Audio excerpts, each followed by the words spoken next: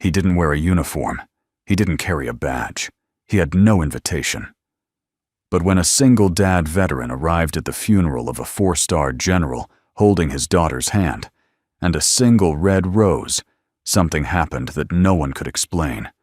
The guards tried to stop him. The crowd didn't recognize him.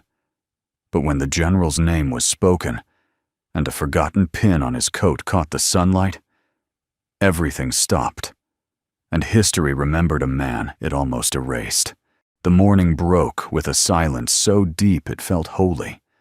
Mist clung to the ground like a memory unwilling to lift. Rows of white marble headstones stood in solemn formation across Arlington National Cemetery, softened by the dawn's golden hue. A slow breeze stirred the hem of the little girl's coat as she stepped out of the truck and into the stillness. Michael Dawson didn't speak. He never did in moments like this. He reached into the glove box and pulled out a single red rose wrapped in a small piece of linen. The stem was wrapped in green floral tape, the petals perfectly formed, as if refusing to wilt even in the September chill. He handed it gently to his daughter. Maya took it with both hands, cradling it like it was alive. Her eyes, large and quiet, looked up to him for reassurance. He gave a small nod. They began walking. The old green jacket he wore, once part of a Marine Corps uniform, had long since faded to something between olive and memory. His boots, though polished the night before, bore the creases and scuffs of years. At 39, Mike carried himself like a man who had seen too much and spoken too little. He walked with a subtle limp, but Maya never asked why. Today was not a day for stories. Today was a day for promises kept. They passed the entrance checkpoint slowly. There were security gates ahead, higher clearance for this funeral this particular morning. A 4-star general was being laid to rest. General David Grant. To the world, he was a decorated war hero.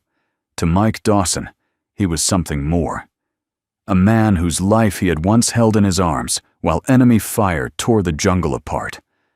A man who had whispered through cracked lips and bloodied teeth, "If I don't make it, tell my family. And if I do, I owe you more than I can say." But General Grant had lived, and Mike had disappeared just as quietly as he had arrived. Now, nearly 2 decades later, he'd come to honor him.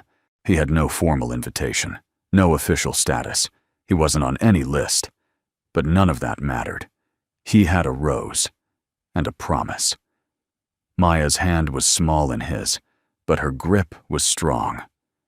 As they reached the inner gate, a tall figure in a crisp uniform stepped forward.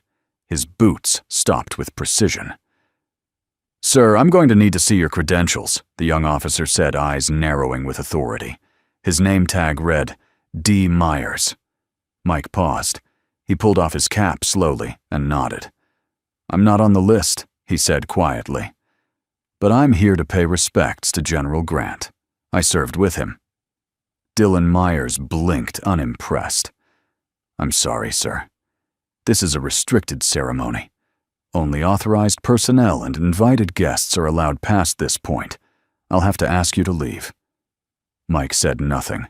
His silence wasn't defiance. It was simply stillness. Maya stepped half behind him, clutching the rose tighter. Her eyes darted from her father to the soldier, sensing something heavy in the air. "Look," Sir Myers added, softening just slightly. "I get it. You're probably a vet, and I respect that. But we've got orders." Mike's eyes lifted. Calm, measured, but resolute. "I understand," he said. "I'll wait here." "You'll wait." Mike nodded, his voice a low rumble. "I made a promise. To the general. I'll wait until the ceremony begins. If I'm still not allowed in, I'll leave the rose at the gate." Something about the way he said it made Dylan pause. Not the words, the weight behind them. But rules were rules. Dylan glanced at Maya, then at the rose. "It's really not a good idea to stay here, sir." Mike didn't move. Then do what you have to do.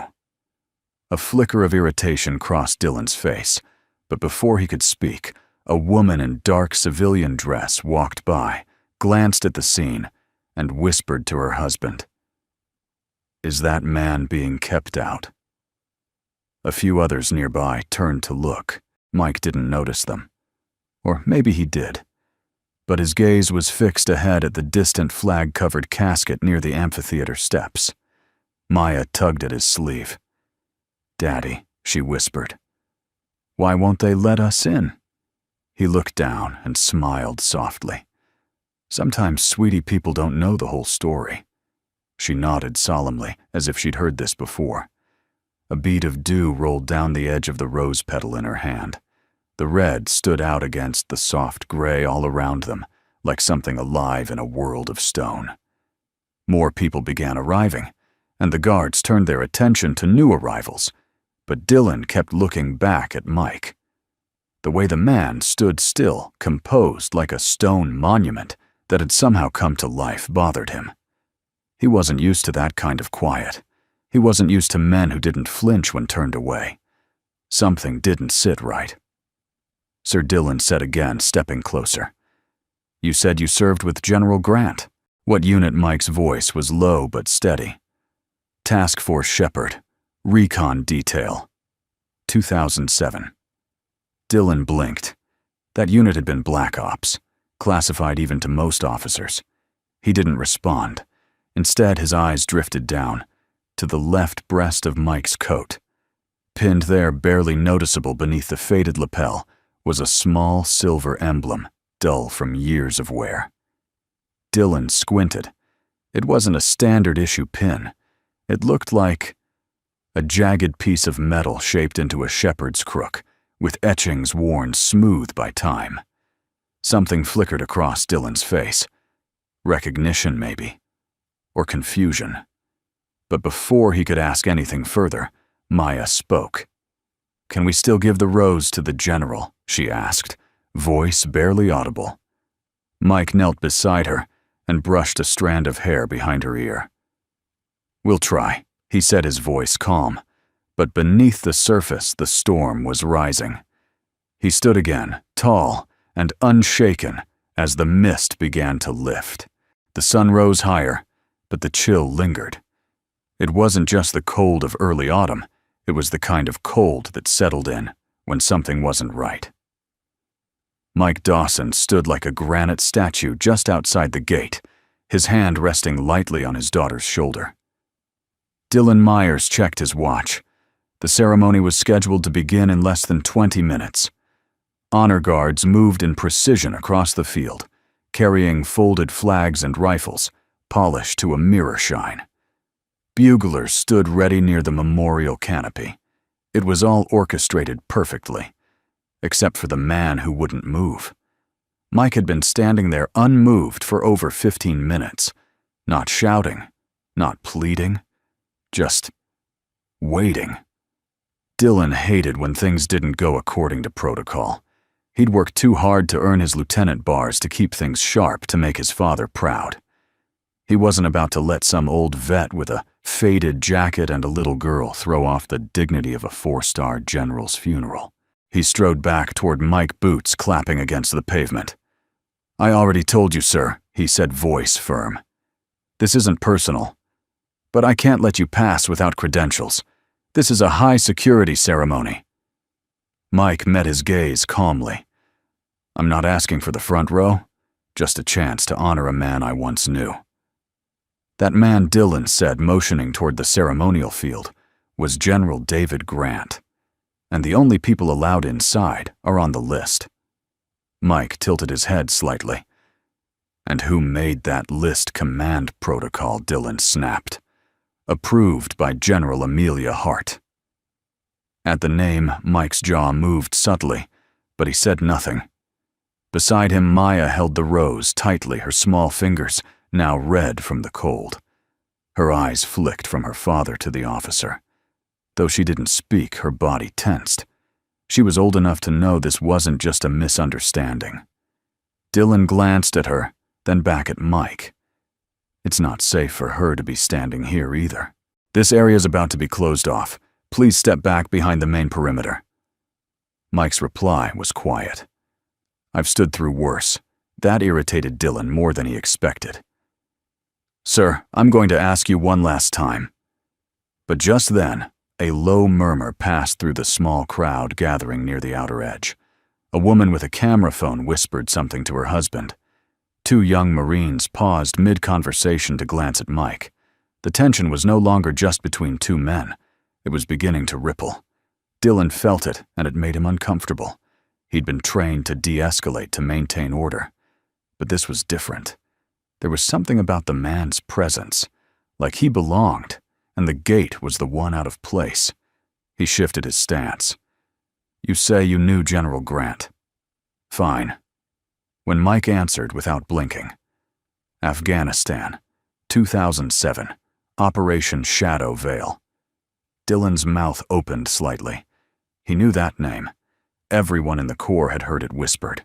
Classified mission, unconfirmed rescue.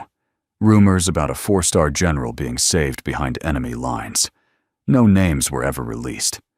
Still, it didn't prove anything. Those records are sealed, Dylan replied. Mike gave the faintest smile. I know. Dylan stepped back, frustrated. You could be anyone.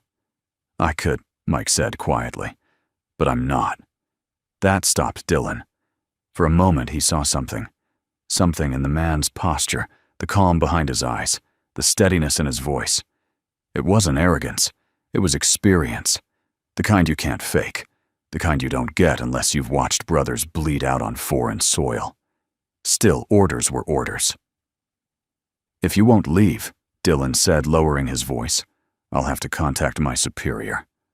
Or you do what you have to do, Mike said, and turned his eyes toward the flag-draped casket, now being positioned beneath the canopy.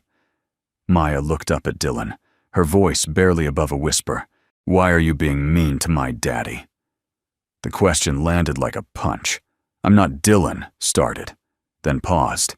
He wasn't prepared to defend himself to a child. He glanced at the rose in her hands, red, fresh, delicate, out of place like her. He swallowed. A second lieutenant jogged over. Sir, vehicles inbound. Black SUVs. Might be General Hart arriving. Roger, Dylan replied, grateful for the distraction. Hold perimeter. He turned to give the final warning to Mike, but stopped when he saw the little girl now holding the rose out toward him. This was for General Grant, Maya said. Daddy said he was a good man. Dylan stared at her, then at the rose, and then, slowly, at Mike again. There was a pause in the wind, long enough for something to shift. Dylan exhaled. You say your name is Mike Dawson. Mike nodded. Dylan took out his phone. He didn't know why exactly. But something about this didn't feel like protocol anymore. It felt like a test. He typed a message to the captain on site, individual outside perimeter claims. Name Mike Dawson. Says he served W. General Grant in Flavin. Insists on not leaving. What do you want me to do? He hit send. There was silence again. Maya stepped closer to her dad and leaned into his side. Mike placed a hand on her back. The rose now between them caught the morning light. Its color gleamed red like courage, red like memory. Dylan stared a second longer, then turned and walked toward the command tent, something in his gut twisting. He didn't know who this man was, but he was starting to believe that gate wasn't going to stay closed much longer. The cold had settled into Mike Dawson's bones, but he didn't flinch. He had stood longer and worse. On night patrols in Kandahar, knees deep in mud, or huddled in black silence, while waiting for a signal that never came.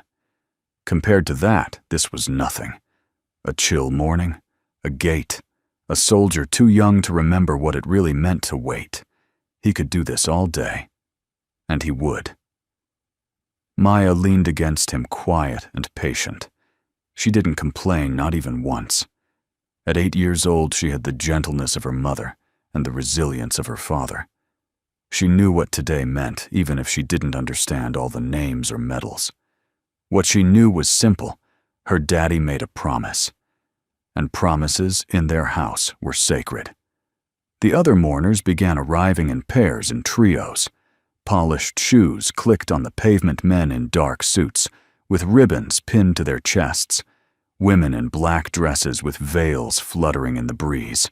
Their eyes passed over Mike and Maya, like wind over stone, some with curiosity, some with disapproval, a few with pity. And then the whispers began. Who is that man? Why is he standing outside? Did he get turned away? Mike kept his gaze forward. He didn't react when a woman in pearls shook her head, or when a Marine in dress blues offered a sidelong glance of contempt. Dylan Myers stood 20 feet away, arms crossed, tight against his chest, jaw clenched. He kept checking his phone, waiting for a reply to the message he'd sent up the chain of command. None came. The silence unnerved him. Mike's presence unnerved him. There was no threat, no raised voice, no aggression. But the stillness in Mike Dawson was louder than protest. It was the kind of stillness that men broke themselves against when they couldn't understand it, like the eye of a storm that didn't move. Another officer passed behind Dylan. You want me to get the MPs? No. Dylan replied too quickly. He's not doing anything. Not yet, the other man muttered. But Dylan wasn't so sure anymore. Maybe Mike was doing something, just not the kind of something you could write in a report. The girl, the rose, the silence.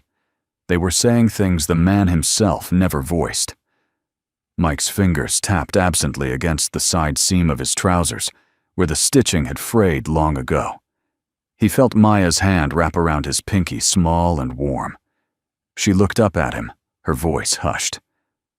Daddy, is this what waiting felt like in the war? He looked down, surprised. What makes you ask that? You're so still, she said, like you're listening for something. Mike smiled faintly. That's exactly what I'm doing. What are you listening for? He turned his eyes toward the field, toward the folded flag and the empty podium. His voice came soft. Permission. Before Maya could ask more, a sharp voice barked from the gate.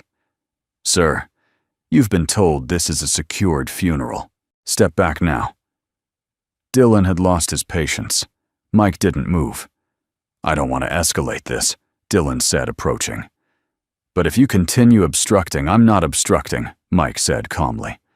I'm waiting. Waiting for what? Dylan snapped. Mike glanced at him. For someone who remembers. Dylan's lips parted, but no words came. Mike turned back toward the field. Tell them this Michael Dawson is present. That's all. Is that supposed to mean something? Dylan asked. Not to you, Mike replied. But it will. Dylan stared at him, unsure whether to feel challenged or chastised. He walked off again, furious at himself for letting this man get under his skin. Across the field, the first notes of soft, ceremonial music began to play. The wind carried it over the rows of headstones like a hymn to the forgotten. A Marine color guard took position near the casket. Photographers began clicking. Reporters murmured behind press lines. Inside, everything was proceeding like clockwork. Outside, time had stopped. Maya reached into her small coat pocket and pulled out a tiny notepad. She always carried one. She flipped to a blank page and began sketching. Her fingers moved carefully, thoughtfully. Mike peeked over her shoulder. She was drawing the rose. And beneath it, in childlike block letters, she wrote, "For the General. From us." Mike's throat tightened. He reached into his pocket and pulled out the linen cloth that had wrapped the rose. With his thumb, he traced the stitching, uneven hand-sewn. His late wife had embroidered it years ago when Maya was still in diapers. It was from a time before deployments, before the shadows, before the weight of memory made silence feel safer than speech. Now here he was, standing in silence again. But this time, not to survive. This time, to be seen. just once. He had no interest in fame, no desire to relive what he'd done. He'd refused medals, declined interviews, changed phone numbers, even moved states when someone leaked his name to the press once. But David Grant had been different. Grant had been more than a general. He was a man who saw people, truly saw them, even when they tried to disappear. And before he died, he had written Mike one last letter. Mike never told anyone what it said, but the final line was carved into his soul. If I ever fall, and you're there, walk through the fire again, even if the world tells you not to. This morning, Mike had walked through the fire, and he would keep standing in it until someone remembered the man behind the uniform. Behind him, Maya looked up and whispered, "Daddy, someone's watching us." He didn't turn. He didn't need to. He could feel it. Someone was watching, and maybe the silence was about to break. Dylan Myers hated loose ends, and this man, Michael Dawson, was quickly becoming the loosest thread in an otherwise flawlessly choreographed military ceremony. The lieutenant paced just inside the perimeter, throwing occasional glances toward the gate. Dawson hadn't moved. Not a step. Not a shift. He just stood there like the earth itself had rooted him in place. But it wasn't his posture that unsettled Dylan. It was the quiet dignity, the absence of complaint, the calm refusal to go away. As if Mike knew that time would eventually catch up with him and deliver what was due. Dylan didn't like that feeling. He pulled his cap lower against the glare of the rising sun and stepped closer once again. The little girl had finished her drawing some kind of rose with big letters underneath, and now she was sitting on the concrete ledge beside her father, legs swinging, humming quietly. Dylan cleared his throat, not entirely sure what he planned to say. Maybe to tell them again to move back. Maybe to stall until the MPs arrived. But then his eyes caught something. A pin. It had been there the whole time, tucked just beneath the lapel of Mike's old olive green coat. The kind of detail easily overlooked unless you were standing just close enough and happened to glance at just the right angle. It wasn't a regulation military medal, nor was it decorative. It looked like it had been forged from something rough, something raw. A jagged piece of metal shaped into a thin shepherd's crook, dull silver and smoothed by time. And yet, there was something hauntingly familiar about it. "What is that?" Dylan asked without thinking. Mike's eyes shifted to him, quiet, watching. Dylan pointed, suddenly needing to break the silence. "That pin. I've never seen one like it."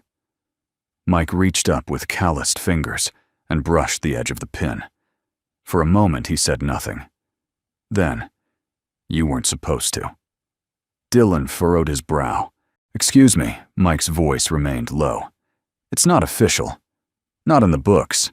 Not in the museums. Then why wear it because it's real?" Dylan stared. "It looks like a piece of scrap metal." Mike gave a soft, almost imperceptible smile. "That's exactly what it is." A pause. Dylan felt the cold air still against his skin. "Where did you get it?" Mike's eyes grew distant, like they were pulling focus across years. Then quietly he began to speak. "In the jungle," he said. "Nangarhar province. It was supposed to be an intel recovery mission. Small team. In and out. No contact." He paused. "We were wrong." Dylan listened, unsure whether he was hearing a confession or a story. But something told him. It was both. There was a downed chopper. We got hit trying to extract. 2 men went down instantly. Another lost his leg. The rest of us got separated. I found the general about 3 clicks from the wreck, half buried in a trench, unconscious and bleeding out. Dylan blinked. General Grant Mike nodded. He wasn't a 4-star back then, just a commander with bad luck and a good heart. Mike touched the pin again. "I carried him on my back for 9 miles through fire and rain and enemy patrols. No air support, no rescue, Just blood, sweat, and prayers. We made it to the border extraction zone 40 hours later. Dylan's mouth was dry. But that mission, it's classified. Yes, Mike said. Still is. So how the pin Mike said is made from shrapnel they pulled out of his shoulder. He gave it to me himself. Said it wasn't a medal, but a memory. Called it the Medal of Shepherds. Said I carried him like one. He paused. His voice was steady, but something flickered in his eyes. He told me, "You saved my body, but what you saved most was my dignity." Dylan looked away. For the first time since this interaction began, he wasn't sure what to say. The silence between them stretched. A few passers-by slowed down to look. The buzz around the main ceremony continued. Honor guards positioning themselves, military brass, shaking hands, a line of black SUVs approaching in the distance. But out here at the gate, time had once again stopped. Dylan turned his eyes to the little girl. She, your daughter Mike, nodded. She know what that pin means. She knows enough, Mike said. She knows why I brought her here. To teach her about the general, Mike looked down at Maya, who was now carefully folding her drawing. No, he said. To teach her that promises matter. Dylan swallowed hard. The radio on his belt crackled. He grabbed it, grateful for the interruption. Lieutenant Myers stand by for direct command instruction. General Hart en route to gate location. He froze. The general here. He straightened his cap, instinct taking over. Understood. Awaiting further. Mike turned back toward the field as if he already knew. Dylan stared at the man, this quiet presence, who had somehow unraveled every assumption, every rule, without ever raising his voice. He stepped back, shook his head. Why didn't you say any of this before he asked? Mike's answer was almost a whisper. Because men who've seen fire don't need to prove they were burned. At that moment, the silence wasn't cold. It was sacred. The jungle was alive with fire. Gunfire rattled in the distance, like a rolling storm, short bursts of death echoing through the tangled darkness. Helicopter blades thumped overhead, then faltered. Smoke curled skyward from the wreckage of an Osprey transport that hadn't made it out. The flames lit up the trees in flashes like angry gods, blinking through the canopy. Mike Dawson's boots sank ankle-deep into the mud as he ran. Rain mixed with sweat, and both poured down his back like punishment. The weight of his gear was crushing, but he didn't care. On his shoulders, slumped and unconscious, was Commander David Grant, the highest-ranking officer in the field, and now the most fragile body in Mike's world. One arm of the commander hung limp, blood soaked through his uniform from a jagged wound in his shoulder, where shrapnel had torn clean through. His head lolled against Mike's spine with every step. "Come on," Mike muttered to himself. "One more ridge. Just one more." He didn't know if he was lying. He couldn't see the ridge. He couldn't see anything but flame and fog and 1,000 reasons to stop. But he didn't. Behind him, shouts in a foreign tongue pierced the trees. Too close, too many. The enemy had caught wind of the downed chopper and were closing in like wolves who smelled blood. And the rain wasn't enough to wash the scent away. Mike reached the edge of a ravine and slid down, half-controlled, half-falling his boots, carving through mud and broken leaves. At the bottom, he collapsed to one knee, cradling Grant's head as gently as he could. The commander stirred, coughing. "You still with me?" Mike rasped. Grant's lips moved. No sound. Mike pulled out his canteen, pressed it to Grant's lips, and watched the water spill uselessly past them. "I need you to stay alive, sir," he said. "Just for a few more hours." He checked his watch. 36 hours since the initial hit. They were deep into the red zone now. No comms, no backup, no flares. Just the distant promise of an extraction team that might never come. A shadow moved in the trees.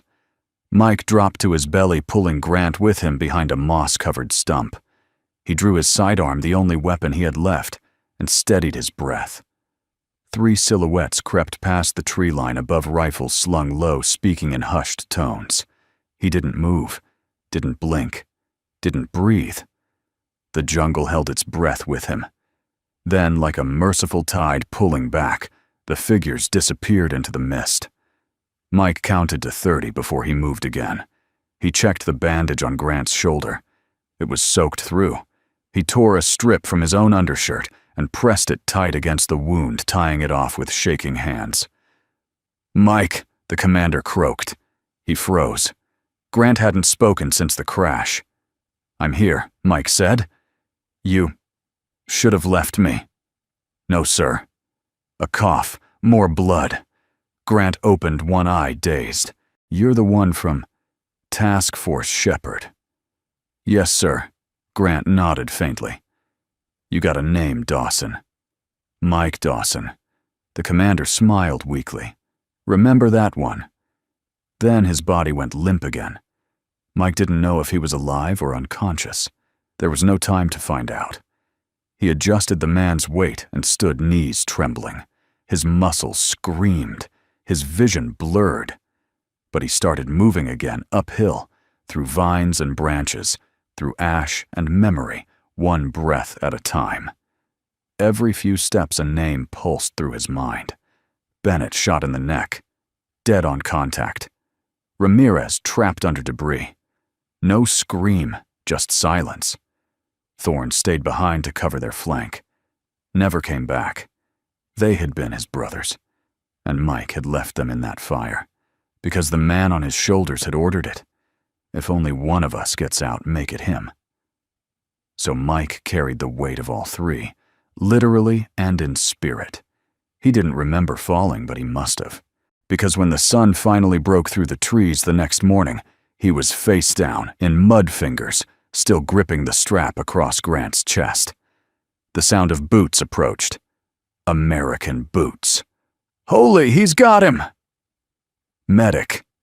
Now is that Commander Grant? Then hands pulled them apart.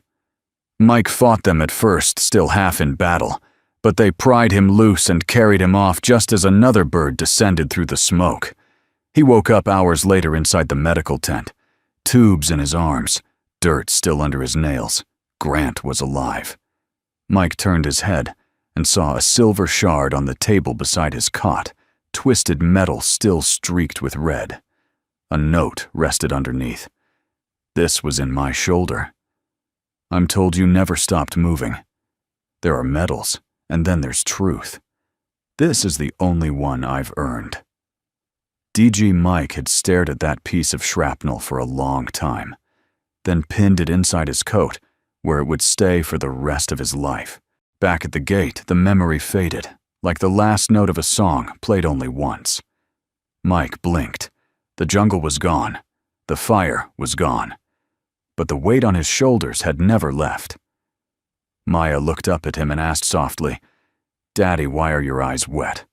Mike wiped them gently. "Just remembering." She handed him the rose again. He held it to his chest right over the old pin of Shepherd's, and waited. The wind had picked up curling fallen leaves across the path like scattered prayers. The American flag atop the memorial pole rippled at full mast, then slowly began to descend. The ceremony was minutes from beginning, and still Michael Dawson stood at the gate. He hadn't spoken in nearly 10 minutes yet. His silence said everything. Maya stood beside him, clutching the rose tighter now, her small brows furrowed in confusion. She didn't understand military protocol. She only understood dignity, and the cold sting of rejection she felt rippling through the adults around her. Dylan Myers was pacing again. The message he'd sent up the chain had yet to receive a full reply. No confirmation, no clearance. Just a single haunting phrase over the radio 5 minutes earlier. "General Hart has been informed." No follow-up. No instruction. He was left hanging between the line of command and the rising gaze of a small but growing crowd. Because now, people were watching. 3 guests in tailored coats had turned away from the procession to glance back at the commotion. A young cadet whispered something to a chaplain. 2 men in suits leaned over the chain-link boundary, squinting toward Mike and Maya, as if trying to piece together a story without subtitles. Dylan felt the pressure tightening across his chest. He had done everything by the book, checked the credentials, secured the perimeter, held the line. But the line was blurring. He stepped forward again, trying to reassert control. Mr. Dawson Dillon called more force in his voice now. "I have asked you repeatedly to step back beyond the secure perimeter. You are not cleared for this event." Mike turned to face him, expression unreadable. "I'm not moving." Dylan's jaw flexed. "You are not permitted. I am not trespassing." Mike, interrupted voice. "Even. This is federal land. I am not breaching the line. I am not armed. I am not disruptive. I'm standing with my daughter to pay respects to a man I carried through fire." Dylan took another step forward. "That doesn't change security protocol." "I'm not asking you to break it," Mike said. "I'm asking you to deliver a message." "What message?" Mike's voice dropped to a calm, grave tone that cut through the wind like a drumbeat. "Tell them this Mike Dawson is present. That's all." Dylan stared at him, chest tightening. "This isn't a game, sir." "No," Mike said. "It's a promise." That's when Maya, who had stood silent this whole time, began to cry. It wasn't loud. It wasn't dramatic. But it was the kind of cry that came from confusion wrapped in injustice. Her eyes welled up, her breath hitched in small, struggling gasps, and she clutched the rose against her chest like it was the last thing tethering her to understanding. "I don't get it," she whimpered. "Why won't they let us say goodbye?" Her voice cracked. It echoed, and the effect was immediate. All around the perimeter, the air shifted. What had once looked like a man being stubborn now resembled something else, a father and child being denied entry to grief. People began murmuring.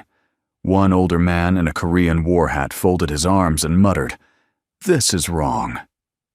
Another woman near the edge took out her phone not to film, but to call someone. Dylan froze. This wasn't in the manual. He turned, searching for backup, anything, anyone. Then he made a mistake. He reached for the radio. Mike noticed, and so did Maya. Dylan pressed the button.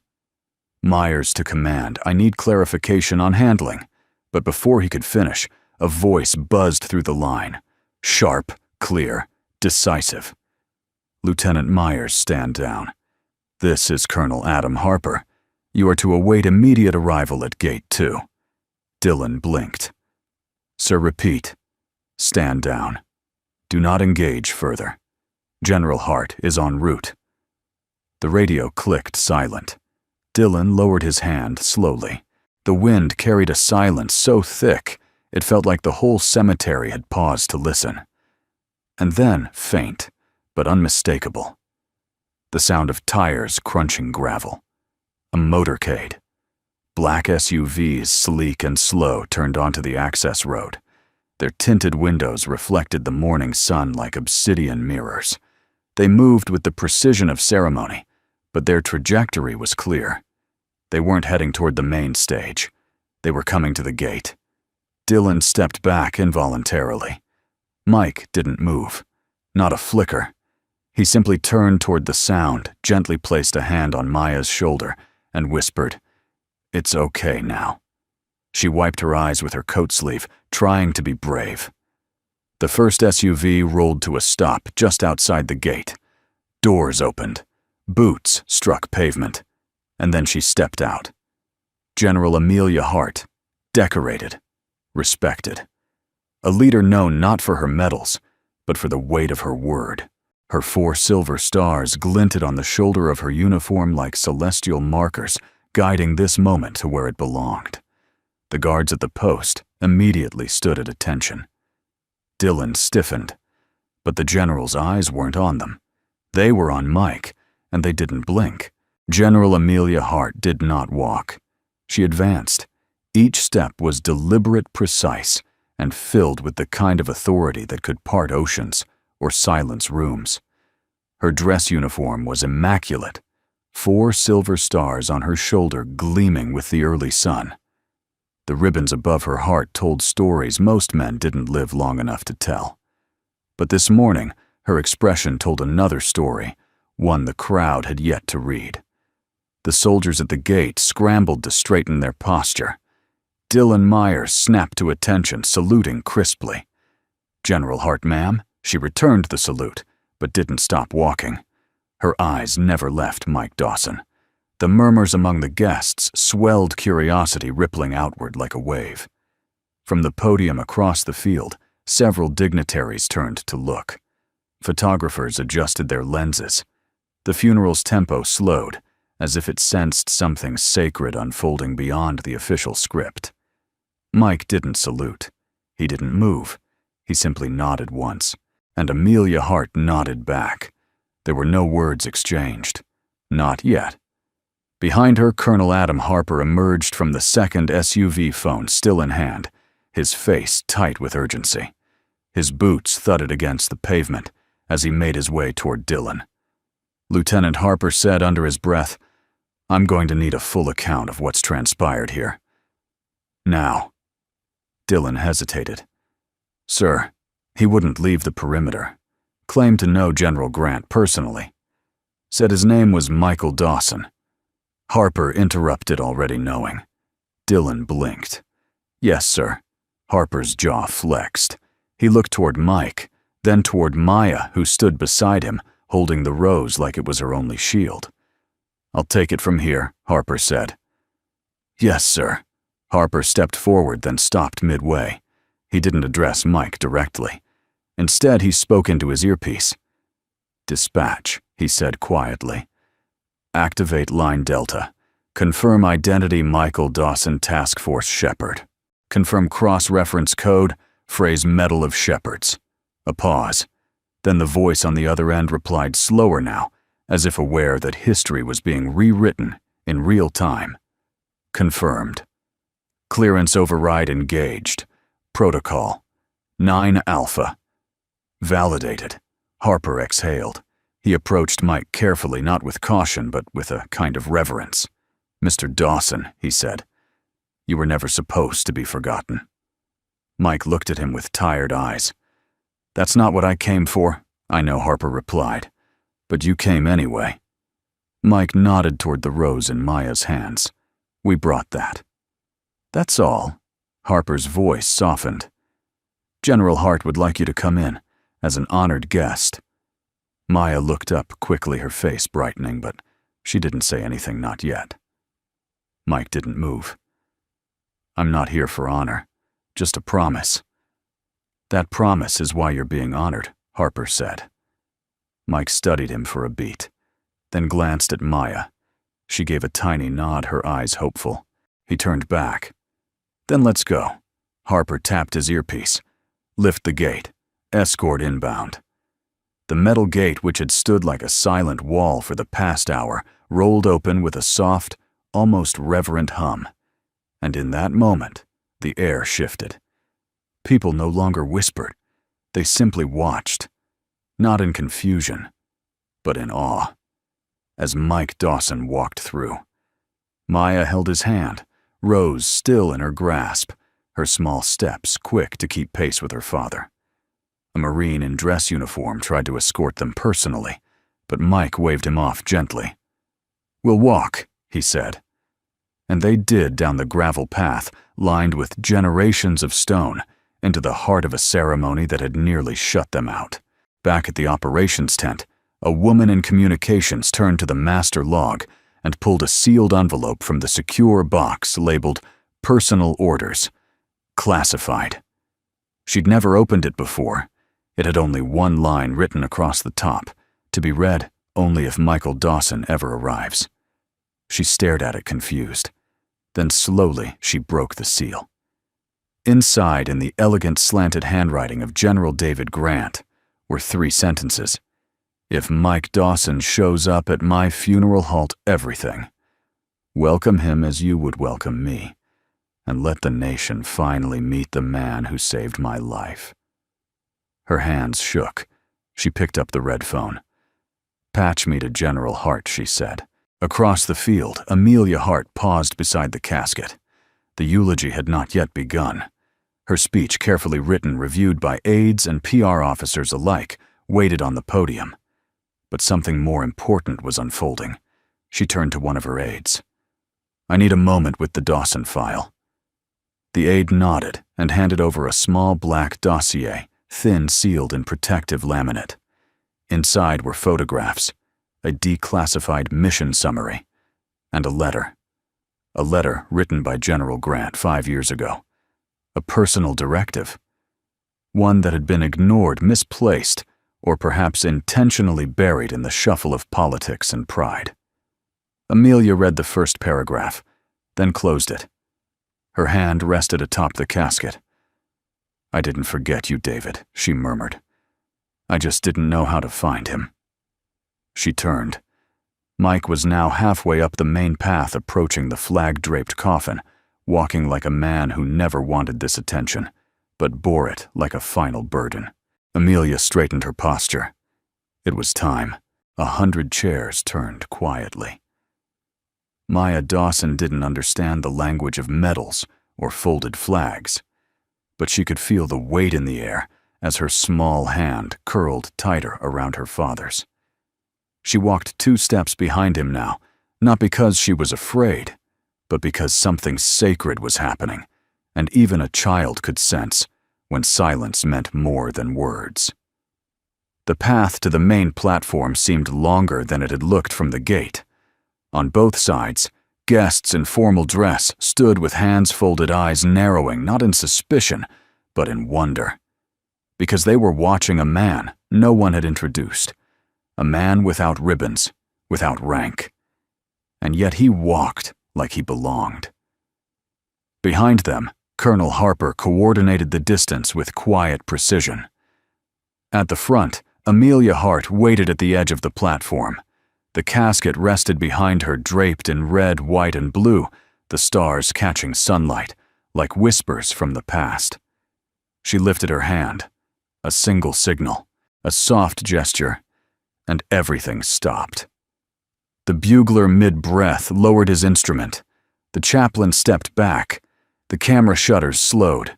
Even the birds seemed to quiet. Amelia turned toward the crowd, the wind brushing the short gray hair beneath her service cap. Her uniform was impeccable, but her voice, when it finally came, was stripped of formality. "I ask your permission," she said, "to pause this ceremony." No one moved. No one objected. Because no one dared.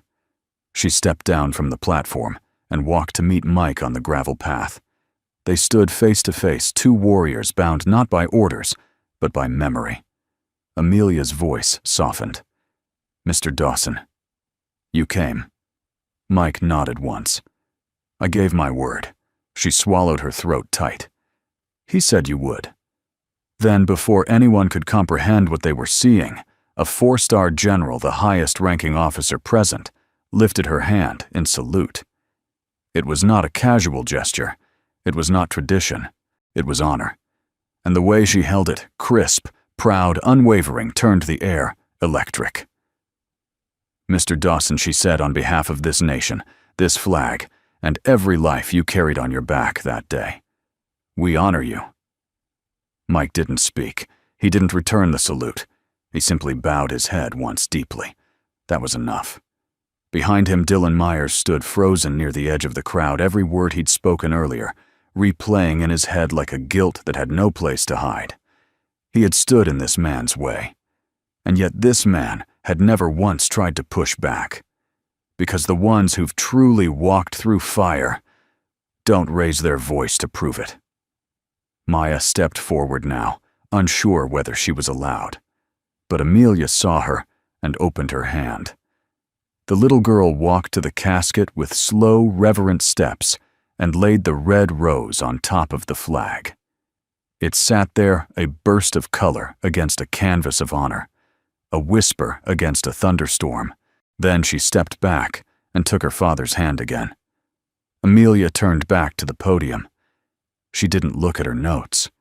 She didn't need them anymore, because the moment itself had become the message. To those who ask, she said, her voice echoing over the rows of stones, why a man with no invitation was allowed to walk through our gates. I answer this because some men earn their invitation in silence, because some debts are never written, only remembered, and because sometimes, when the record books forget, the soul of the core remembers. She paused. No ceremony can fully express what David Grant owed to this man. But if today is meant to honor a general, then let us also honor the one who carried him out of fire and into history. Amelia stepped aside. The honor guard adjusted formation. For the first time in military memory, a civilian, a man with no medals on his chest, stood alongside generals as taps began to play. It was a different kind of silence now. Not resistance, not protocol, but reverence. At the edge of the field, Dylan felt something break inside him. Not pride, not fear, but something older, something heavier. Humility. He walked over to Colonel Harper. "Sir," he said quietly, "I'd like to apologize.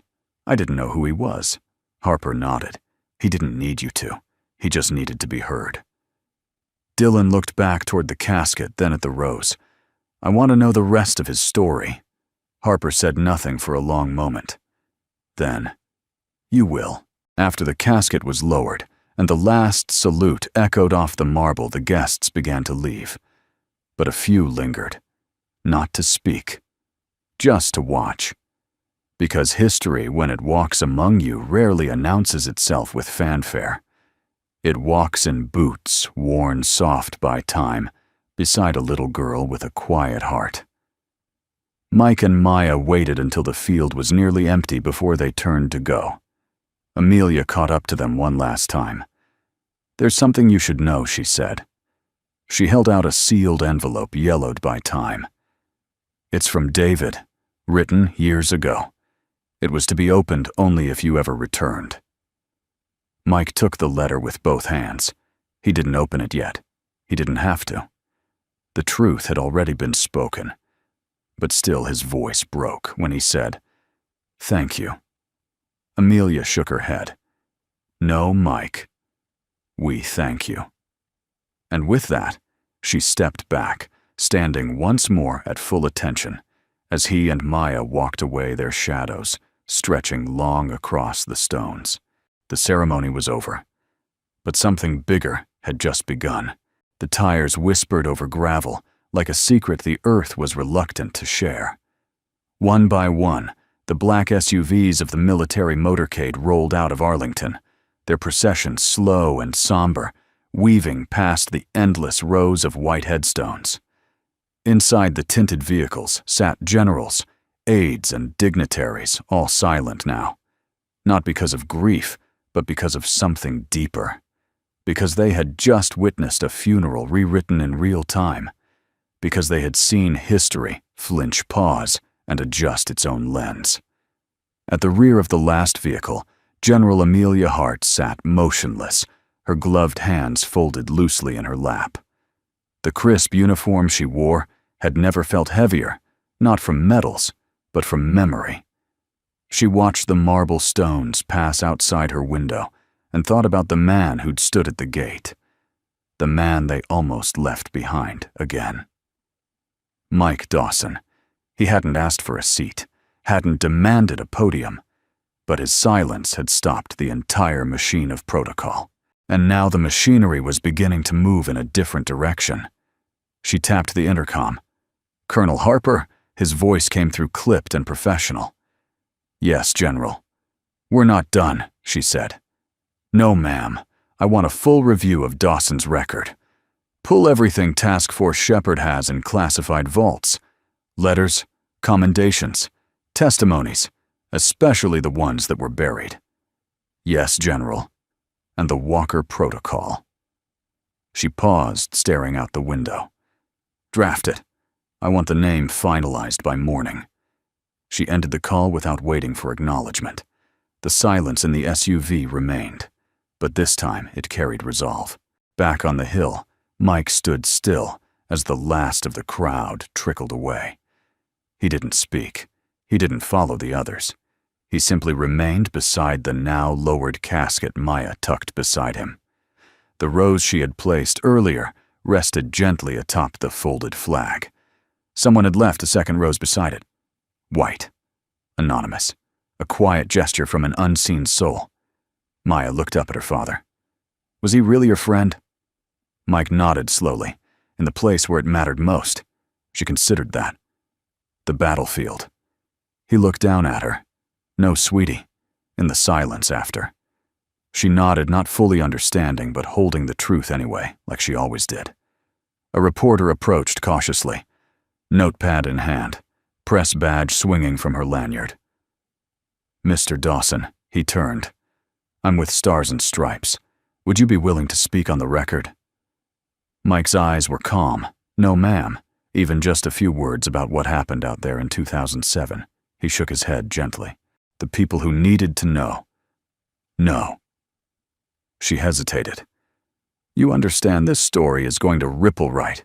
You're going to be seen now." He looked out over the cemetery. "I was always seen by the ones who mattered." And with that, he turned back to Maya. "Ready to go, Peanut." She nodded. They walked down the stone path hand in hand, passing by stunned guests, saluting Marines, and folded flags, each one now carrying just a little more weight. Because today, silence had spoken, and the world had listened. At the Pentagon, a classified email thread was quietly opened under the title, Protocol Revision, Honoring the Unseen. Attached were photos. One was of a little girl's rose resting atop a coffin. Another was of a man standing beside her coat, threadbare hair touched with gray eyes, filled with things that no camera could ever truly capture. Beneath the images, a sentence appeared in bold, typed by General Hart herself. "Sometimes the most decorated man at the funeral doesn't wear a single medal." And so the wheels began turning. Not loud, not fast, but permanent. At a modest diner just outside Quantico, the doorbell jingled as Mike and Maya stepped inside later that afternoon. The smells of bacon grease and fresh coffee wrapped around them like a warm blanket. A waitress behind the counter lifted a hand in greeting, not recognizing them as anyone important, which suited Mike just fine. They slid into a booth near the window. Maya took off her coat, placed her drawing on the table like a treasured artifact, and began coloring in the rose petals with a red crayon she carried in her coat pocket. Mike watched her for a moment, then glanced out at the horizon. It was clear now the storm that had hovered over this day had passed. The bell above the diner door rang again. Mike didn't turn to look, not until he heard the voice. "Mind if I join you?" He turned. Dylan Myers stood there, not in dress blues, but a simple gray sweater and slacks. Hands empty posture. Different. Not rigid, not defensive. Human. Mike gestured to the opposite seat. Dylan slid into the booth. "I'm not here on orders," he said. "Just wanted to say, thank you." Mike arched an eyebrow. "For what?" "For teaching me," Dylan said, without saying a word. Mike didn't reply. He didn't need to. The waitress approached and poured coffee for both of them. Dylan reached for the check and handed over a few folded bills before Mike could protest. Maya smiled. "For the rose," Dylan said, glancing at her. "It stayed with me." Mike finally spoke. "She chose it. I just carried it." Dylan nodded. Across the room, the jukebox clicked softly to life, playing a gentle country ballad that wrapped itself around the booth like memory. No more words were needed. Some conversations don't require voices, just understanding. 3 days later, the nation paused. The sun rose over Washington, D.C. with ceremonial light. A faint haze hung over the Potomac, and flags fluttered at half-mast across military bases, federal buildings, and front porches from Arlington to Anchorage. At precisely 10:01 a.m., a press conference was announced unscheduled, untelevised, unfiltered. Inside the National Memorial Amphitheater, beneath the vaulted arches that had hosted presidents, generals, and grieving families for over a century, General Amelia Hart stood before the podium. No teleprompter, no applause, only silence. And then her voice, crisp, measured but deeply human, filled the air. 3 days ago she began, we buried one of our nation's finest warriors, General David Grant, 4-star commander strategist and servant of the people. A few nods among the audience. Cameras from every major network rolled. But what most people didn't see, she continued, what wasn't written into the program, was the man who stood just outside the gate. The man who had no uniform, no rank, no invitation, but whose presence changed everything. She paused, letting the words settle. That man's name, she said, is Michael Dawson. A hush fell over the crowd. She lifted a small silver pin between 2 fingers, shaped like a shepherd's crook, worn smooth by time and touch. This, she said, is not an official medal. It's not found in the archives. It doesn't come with citations or ceremony. It was made from the shrapnel that nearly ended General Grant's life in 2007, pulled from his shoulder, carried out of enemy territory by the man who refused to leave him behind. A screen behind her lit up with a photo captured silently during the funeral. It showed Mike and Maya standing together beside the casket, the red rose cradled gently in her hands. It wasn't staged, it wasn't filtered, but it was perfect. This image, Amelia said, is what patriotism looks like. Not the medals on our chest, but the hearts we carry through fire. Not just the orders we follow, but the promises we keep long after the world forgets. In a small home in rural Virginia, Mike Dawson sat at the kitchen table, a steaming mug of black coffee beside him. The volume on the television was low, but Maya sat cross-legged on the rug, eyes wide, chin in hands.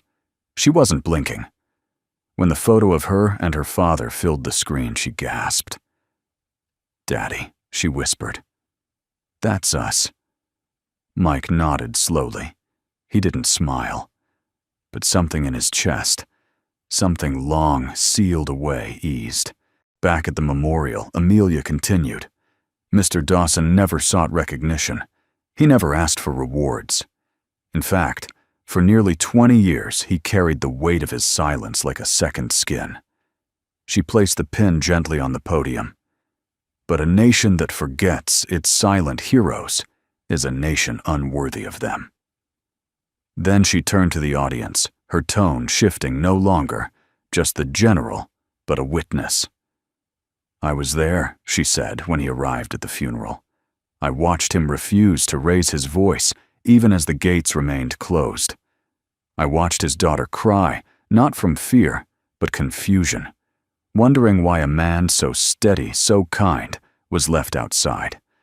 She glanced down, her voice catching for just a moment, and I watched as he said 6 words that rewrote the day. The screen behind her faded to black. Words appeared in white block letters. "Tell them this Mike Dawson is present." And present he was, she said, not just in body, but in spirit, in service, and in sacrifice. She stepped away from the podium now, allowing the camera to take in the full view of the amphitheater, rows filled with servicemen, veterans, Gold Star, families, students, and civilians. This morning, she declared by order of the Department of Defense, the Medal of Shepherds is hereby recognized as an official designation awarded to any individual who, without command, risked life to preserve the life or dignity of another in combat zones under extreme threat. A second wave of murmurs rippled through the crowd, and the first to receive this recognition, Amelia added, is its origin. She turned her eyes to the cameras, to Michael Dawson. In homes across the country, people stood. Veterans saluted. Mothers clutched their chests. Sons and daughters asked questions they'd never asked before. And somewhere in the heart of quiet towns and big cities alike, people saw something they hadn't seen in a long time, a story that didn't center on glory but grace, that didn't seek fame but found truth, and in it, they saw themselves. That afternoon, a courier in uniform knocked gently on Mike Dawson's door. He held no citation, no press package, just a small wooden box. Inside the pin, polished, framed, and underneath it engraved in brass, for the weight he carried and never dropped, for the fire he walked through and never spoke of. The United States of America. Mike didn't say anything. He just stood there for a long time holding the box. Maya looked up at him. "Are you proud, Daddy?" He knelt beside her. "I'm proud of you, Maya. You helped them see." She blinked, but I didn't do anything. Mike smiled, brushing a strand of hair from her forehead. "You held the rose. You didn't let go. Sometimes that's how change starts." She leaned into him, wrapping her arms around his neck, and for the first time in years, Michael Dawson closed his eyes not to forget, but to finally rest. Second Lieutenant Dylan Myers sat on the edge of his bunk, hands-laced eyes locked on the television mounted high in the corner of the officer quarters. The press conference had ended over an hour ago, but they were replaying it again. And again. This was the fourth time he'd watched it in silence. He didn't move when General Hart revealed the Medal of Shepherds, didn't blink when Mike Dawson's photo appeared on screen. But when the quote came back, white letters against the black background, he exhaled like something had cracked loose inside his chest. "Tell them this Mike Dawson is present." Dylan leaned forward, elbows on his knees, and covered his face with both hands. He had turned that man away, stared into the eyes of living history, and called it uncredentialed. Worse, he hadn't just enforced protocol. He had doubted, dismissed, judged. Now the entire country was learning the truth, and Dylan could hardly meet his own reflection. There was a knock at the door. "Come in," he said, clearing his throat. Captain Ellis stepped, an expression unreadable. "You good?" Dylan nodded stiffly. "Yes, sir." Ellis crossed his arms. "I just got off the line with command." "You know what they said." Dylan didn't answer. "They said you held the line." "By the book. No insubordination, no disrespect. Just doing your job." "Yeah," Dylan said softly. "That's the part that bothers me." Ellis didn't smile. Instead, he walked over and handed Dylan a sealed folder. "What's this internal order?" Ellis replied. "You're being reassigned. Not a punishment, a recommendation. You've been selected for something new. Something General Hart herself signed off on." Dylan opened the folder and scanned the top line. His lips parted. Walker Protocol Cadre Assignment. Phase 1. News outlets ran specials for days. Talk shows debated the ethics of silence, the meaning of sacrifice, and how many more Mike Dawsons the nation had forgotten.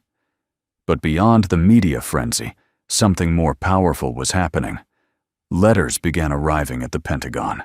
Not complaints, not outrage, but testimonies from medics, from former Marines, from children of veterans who had died without medals, but with stories no one ever recorded.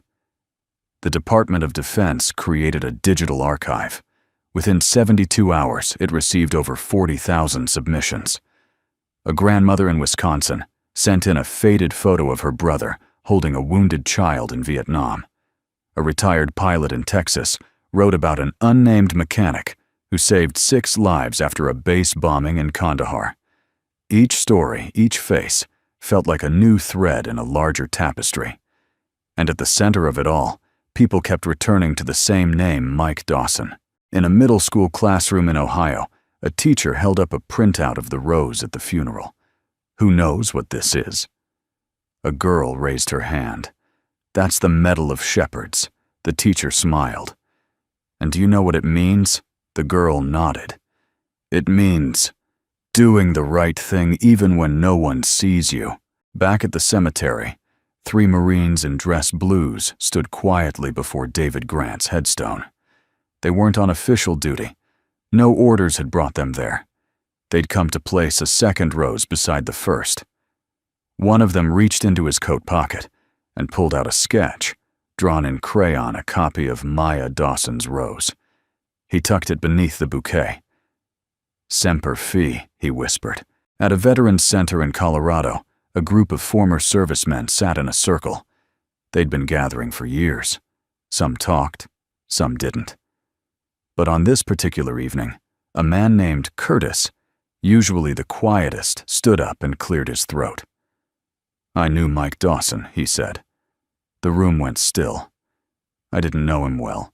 He wasn't loud, never told war stories. But he sat next to me at every meeting, always early, always helped stack chairs. He paused, voice shaking. I never knew he was that Mike Dawson. He looked down. I just knew he made me feel like I mattered. And for the first time in a long while, everyone clapped. Meanwhile, in their quiet cabin tucked beyond the trees, Mike Dawson was chopping wood. The rhythmic thud of axe against log filled the air. Maya sat nearby, reading aloud from a library book, pausing to sound out the bigger words.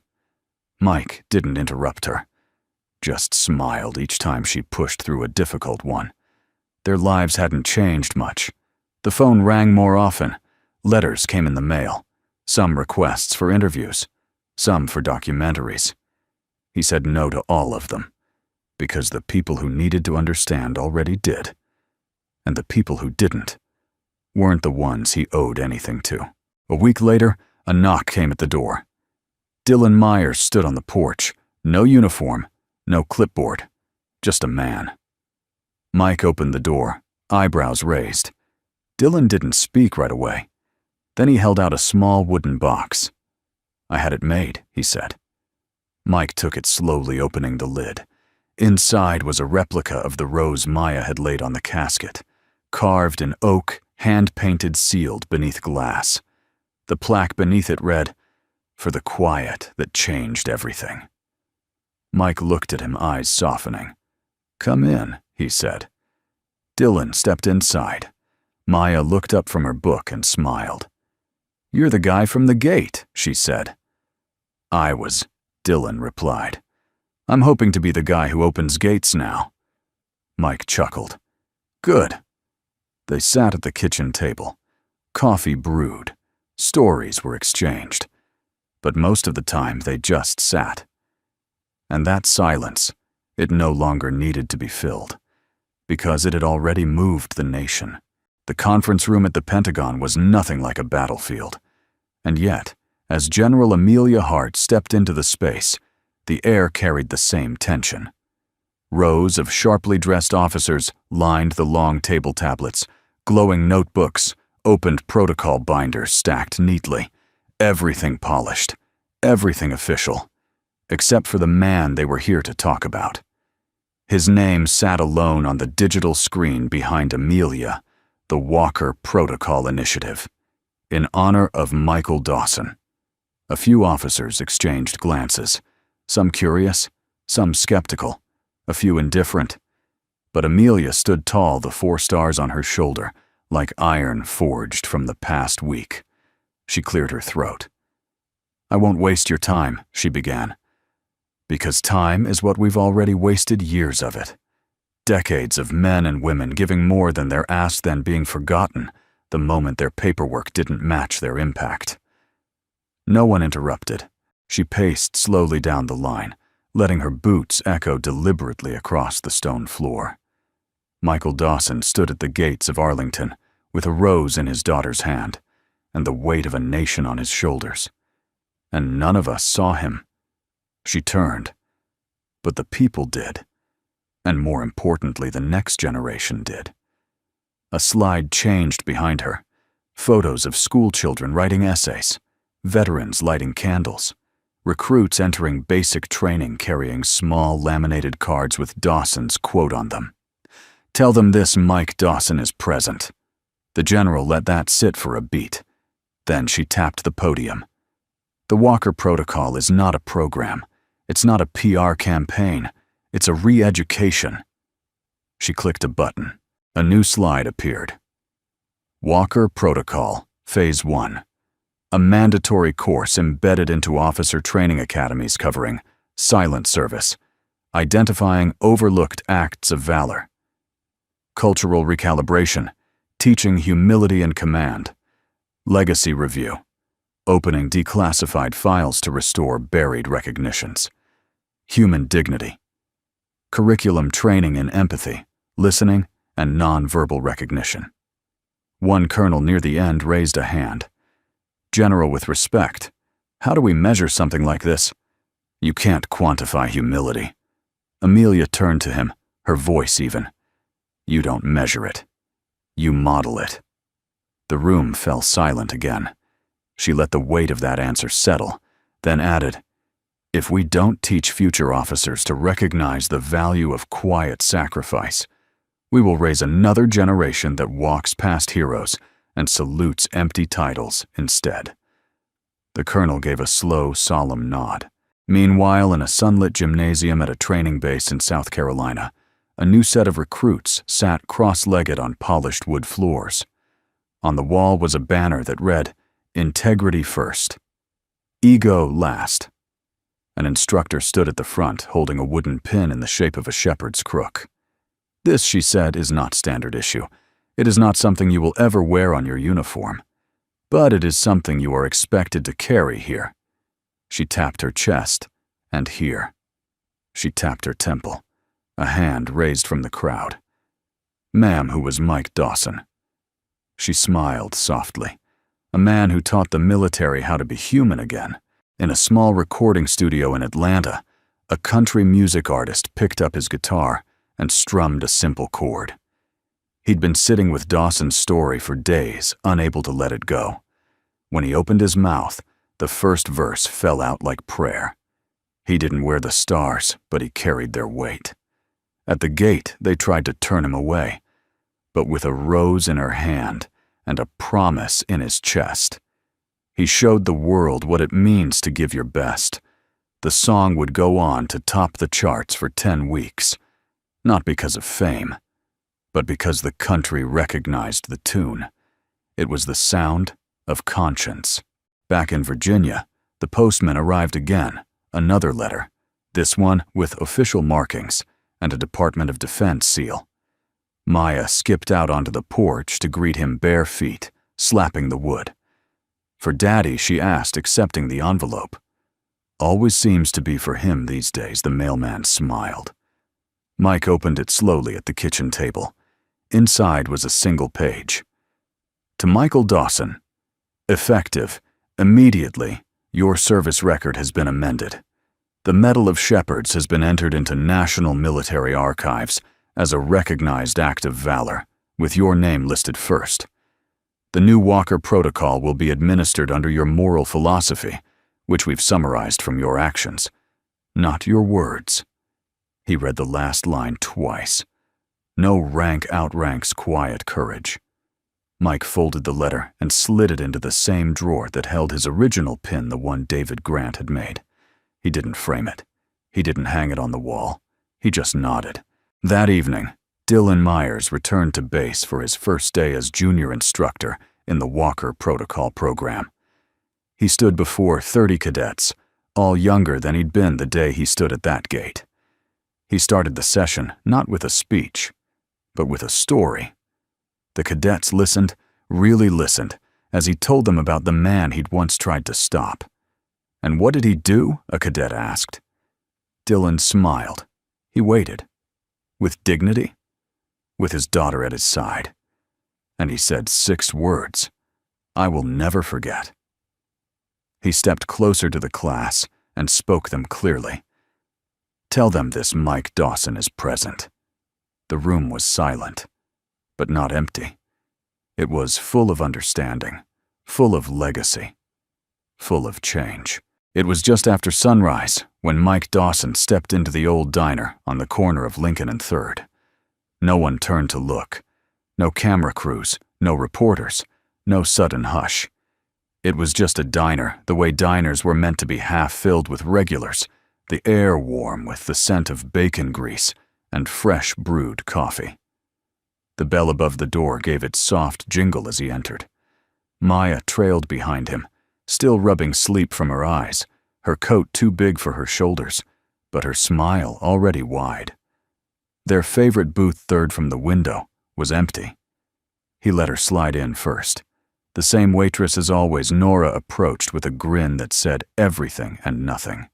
She didn't mention the headlines, didn't ask for autographs. She simply poured his coffee the way she had for years, dark, no sugar, 1 finger's width below the brim. Same for the little miss, she asked, glancing at Maya. Hot cocoa, Maya said proudly. Extra whipped cream. Nora winked. That's my girl. Mike relaxed into the leather seat. The world had shifted around him, but this hadn't. And that was a kind of peace. Outside, frost clung to the edges of the window. A man in a navy coat scraped ice from his windshield. 2 school buses rumbled past, children pressing foggy faces to the glass.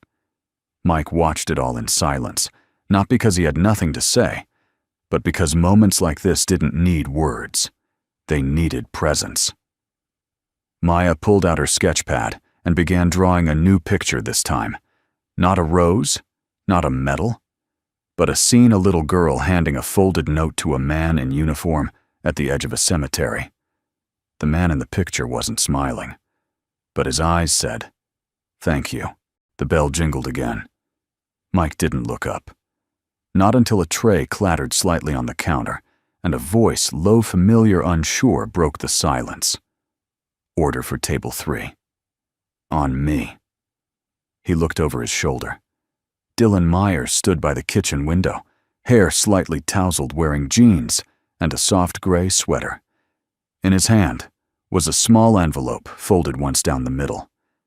Mike raised an eyebrow. Dylan walked over, offered the envelope, and said softly, "It's not a letter, just a receipt." Mike opened it. Inside was a handwritten note. "For the day you taught me to stop looking at uniforms and start seeing people. For showing me that strength doesn't shout, it waits. And for changing the way I lead forever." Dylan Mike folded it without speaking. Then slowly he reached into the inside pocket of his faded green coat and pulled out something small. It was a coin. Not military, not currency, but something different, aged, scratched, engraved with a simple phrase. "Leave things better than you found them." He handed it to Dylan. Dylan turned it over in his palm, swallowing hard. "Was this from the war?" No, Mike said with a slight smile. "That one's from my father. Gave it to me when I joined the Corps. Told me to give it to someone who'd pass it on." He paused.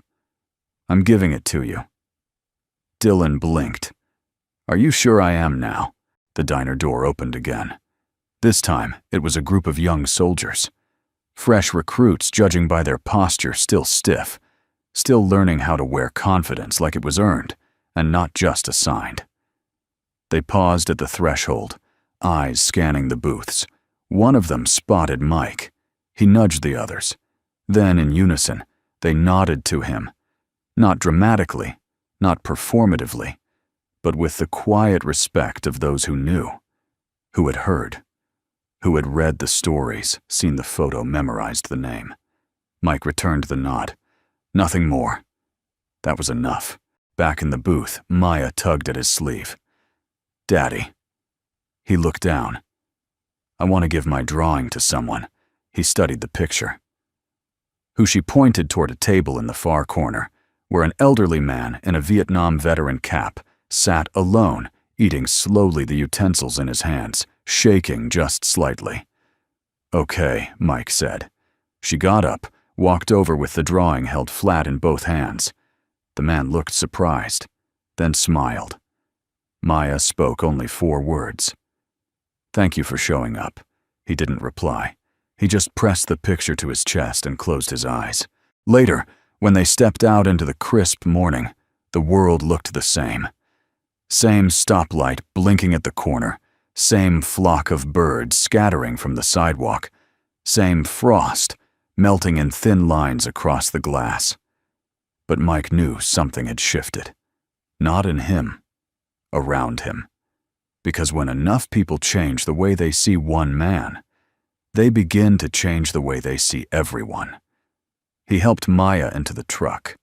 As he turned the key in the ignition, she looked over at him and asked Daddy, "Do you think the world's different now?" Mike didn't answer right away. He watched a father crossing the street holding his son's hand, watched a young Marine open a door for a stranger, watched an old man wipe his eyes over a crayon drawing. Then he smiled. "I think it's starting to be." They drove off down the quiet road, not into the spotlight, not into glory, but into presence. And that, for Mike Dawson, had always been enough. If this story moved you in any way, we'd love to know. Where in the world are you watching from? Let us know in the comments below. We read every message, and your words truly mean the world to us. If you'd like to see more heart-touching stories like this, filled with hope, love, and the quiet strength of everyday heroes, don't forget to subscribe to Soul Moment Story and gently tap the bell so you never miss a new release. Thank you for spending your time with us today. From our heart to yours, stay kind, stay present, and remember, sometimes the quietest voices echo the loudest.